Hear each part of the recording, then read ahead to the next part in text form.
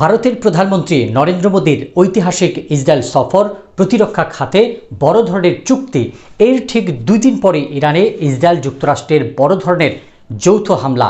কোনো যোগসূত্র আছে কি? অনেকেই বলছেন বিচ্ছিন্নভাবে দেখার সুযোগ নেই, কারণ প্যালেস্টাইনের হামলায় ইসরায়েলকে অস্ত্র সাপোর্ট দেওয়ার কথা সারা বিশ্ব জানে। তাছাড়া নেতানিয়াহু ও নরেন্দ্র মোদীর আদর্শিক নীতির একটা জায়গা এক এবং অভিন্ন। যেমন নেতানিয়াহু ইহুদিবাদ আর মোদি হিন্দুত্ববাদ নিয়ে এক কাট্টা। চলুন বিষয়টি বোঝার চেষ্টা করি। 25 ফেব্রুয়ারি ঐতিহাসিক 2 দিনের ইসরায়েল সফর করেন নরেন্দ্র মোদী। ইসরায়েলের পার্লামেন্টে একটি বিশেষ বক্তব্য দেন। প্রতিরক্ষা খাতে বড় ধরনের চুক্তি হয়।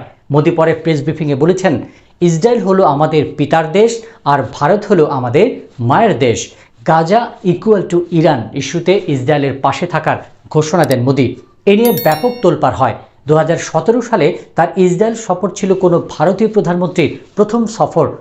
সেই দুই সম্পর্কের নতুন অধ্যায় সূচিত হয়। ইনস্টাগ্রামে মোদী বলেছেন, এই সফর ঐতিহাসিক। ইসরায়েলি সংসদে নেতানিয়াহু বলেন, এটি 2 নেতা, 2 দেশ ও 2 প্রাচীন জাতির প্রকৃত বন্ধুত্ব। এমন জোরালো বন্ধুত্বের মাত্র 2 দিনের পর ইসরায়েল হামলা শুরু করলো ইরানে। ইরানে হামলার পিছনে ইসরায়েলের প্রতি ভারতের অকণ্ঠ সাপোর্ট আছে কিনা নেই সেটি বোঝার জন্য চলুন আপনাদের 2022 সালে নিয়ে যায়। 2022 সালে পাকিস্তানের তৎকালীন প্রধানমন্ত্রী ইমরান খানের ঐতিহাসিক সফরকালে রাশিয়া ইউক্রেনে হামলা করেছিল। কাকতালীয়ভাবে বিগত 23 বছরের মধ্যে এটি ছিল পাকিস্তানের প্রধানমন্ত্রীর প্রথম রাশিয়ার সফর। ইমরান খানের এই সফর ছিল মোদির মতোই 2 দিনের। তখনও সমালোচনা হয়েছিল যে পরমাণু সমৃদ্ধ দেশ হিসেবে পাকিস্তানের সমর্থন নিশ্চিত করে মস্কো যুদ্ধে নেমেছিল।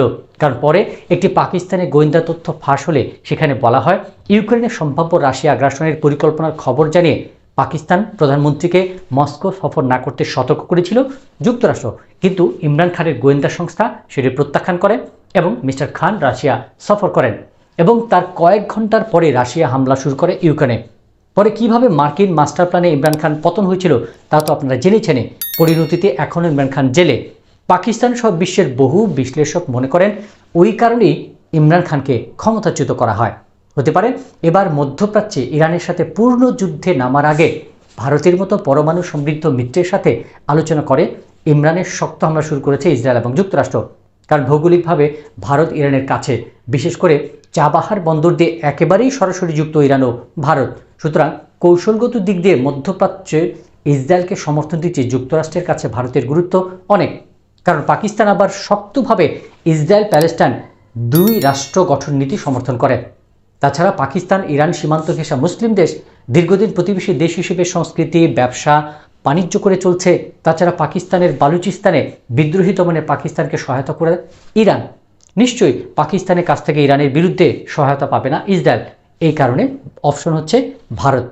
আর যেহেতু নেতানিয়াহু ও মোদির আদর্শিক ভিত্তি একটি অভিন্ন বিশ্বাসে দাঁড়িয়ে আছে, প্যালেস্টাইনে যেমন নেতানিয়াহু ইহুদিবাদ বা জিওনবাদের আধিপত্য প্রতিষ্ঠায় বদ্ধপরিকর, তেমনি ভারতবর্ষে হিন্দুত্ববাদের একচ্ছত্র প্রতিষ্ঠায় বিভোর মোদি।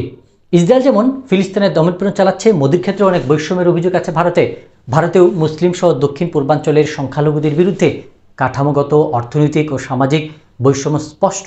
সম্প্রতি দেশটির বিশ্ববিদ্যালয় মঞ্জুরি কমিশন উচ্চশিক্ষা প্রতিষ্ঠানের সমতা নিশ্চিতে বিধিমালা জারি করেছিল।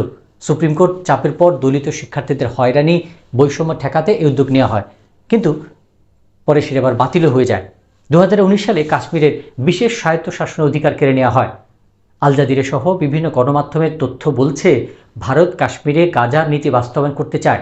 সম্প্রতি কাশ্মীরে শুধু মসজিদ, মাদ্রাসা ও ইমামদের বিভিন্ন ব্যক্তিগত তথ্য সংগ্রহ করে তালিকা করা এবং এর উদ্দেশ্য নিয়ে বেশ সমালোচনা ও উত্তেজনা তৈরি হয় কাশ্মীরে। প্রিয় দর্শক, আমরা দেখব যে কে কোন দিকে কি করছে। ইতিহাস কাউকে ক্ষমা করবে না, ইতিহাস সাক্ষী হয়ে থাকবে, ইতিহাস তার গতিতে চলবে। ভালো থাকবেন, দেখা হবে এরকম একটি বিষয়ে অন্য কোনো দিন। ধন্যবাদ।